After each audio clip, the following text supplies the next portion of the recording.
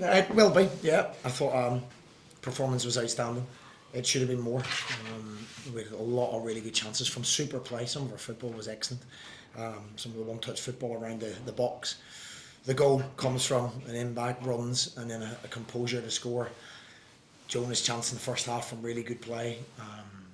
And Killian had two great chances as well to finish the game off. So we made it harder for ourselves than needed to be.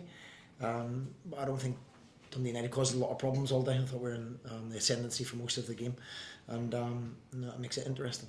The front two were brilliant, weren't they? Playing truly well. I thought they were unplayable today. All they get tarred with is big physical players, so anybody that's watched us knows Mega's actually not that. He's very good technically, comes into little pockets and causes problems. But as I say, I thought both of them really deserved their goals, and at times I thought they were unplayable, against good players, good defenders.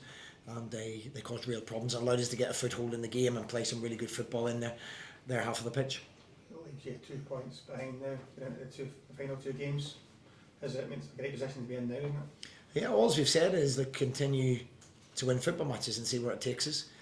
This group of boys don't know when to give up. They don't know when, we could have come in here and set quite easily and everyone says a really successful season, but it's not how I work. It's certainly not how the group of players work.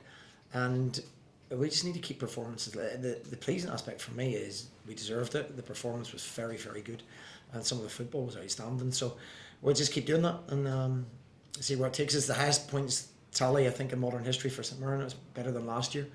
So we keep doing that and we keep growing and see, as I say, repeat myself, where it takes us. When you came into the top 6, there probably maybe wasn't an expectation from outside that you could get you up now. That probably all the pressure's now on Dundee United, isn't it? These last 2 games. Well, I prefer to be sitting where Dundee United are because they've got more points on us. But yeah, when you've been in that position for a vast majority of the season, then when it starts to get down to the wire and you're starting to have pressure from behind you, then we've the ones with nothing to lose. We've not been in there all season. So what we have to do is win the game to put pressure on people. There's no point in talking about that unless we win the game on Wednesday night. But certainly it will be a full house. The players deserve that.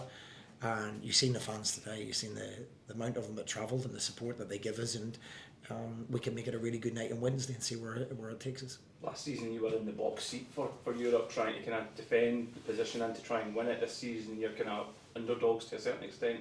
Do you feel the players are kind of thriving in that environment?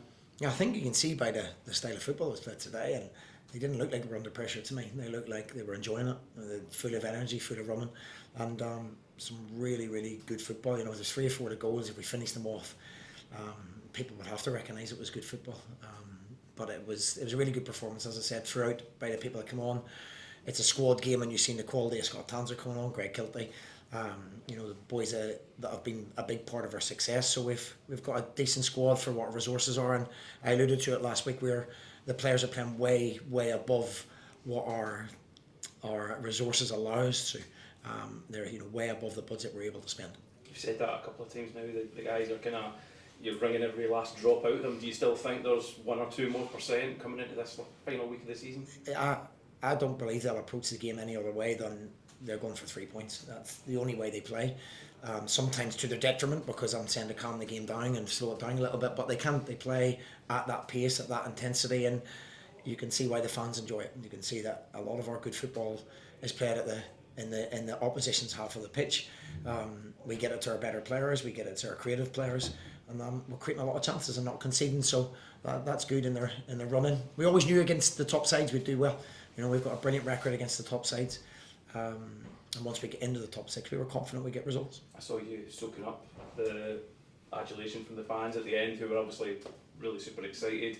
Must have been a real special moment for everybody. Yeah, the numbers they travelled in, the support throughout the game was incredible. And as I say, I believe the players deserve that. And no doubt it'll be the same on Wednesday night. The togetherness between fans and players is fantastic.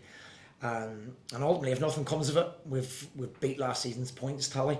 But we'll be certainly doing everything in our power to keep the pressure on. Richard Taylor, is it just cramp?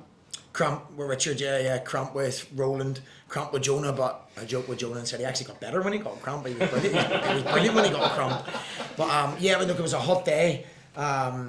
the surface was beautiful, but I think the boys said it was quite hard. So yeah, we just have to make sure we get them recovered and ready to go on Wednesday. We're not sure whether Killian's suspended or not. You know, we're not sure whether that gets wiped out. So we're just trying to find that out as well. Okay, cheers. Thank you.